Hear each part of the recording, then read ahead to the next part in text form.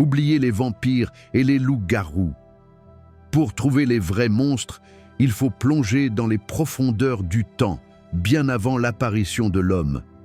Imaginez un monde où les océans étaient dominés par l'omnidance, un mélange terrifiant entre un mille-pattes et un requin dont la bouche n'était qu'une accumulation de dents acérées, ou encore l'anomalocaris, l'un des tout premiers grands prédateurs de l'histoire, une étrange crevette aux yeux complexes qui traquait ses proies dans les fonds marins du Cambrien il y a 500 millions d'années.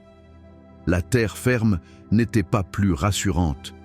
Si vous détestez les insectes, l'arthropleura est votre pire cauchemar.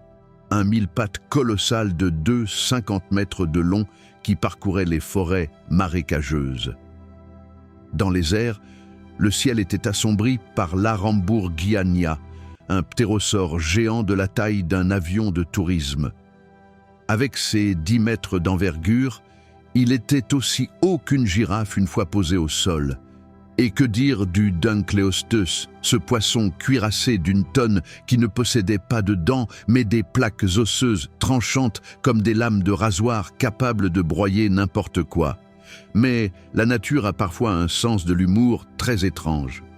Certaines créatures semblent tout droit sorties d'un film d'Alien, comme le monstre de Tully avec ses yeux au bout de tiges rigides, ou l'Hallucigenia, un petit ver tellement bizarre que les scientifiques ont mis des décennies à trouver où se trouvait sa tête.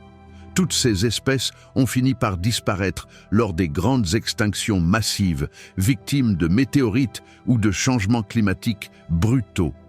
Elles nous rappellent que si la Terre était une horloge de 24 heures, l'humanité n'est là que depuis les 4 dernières secondes.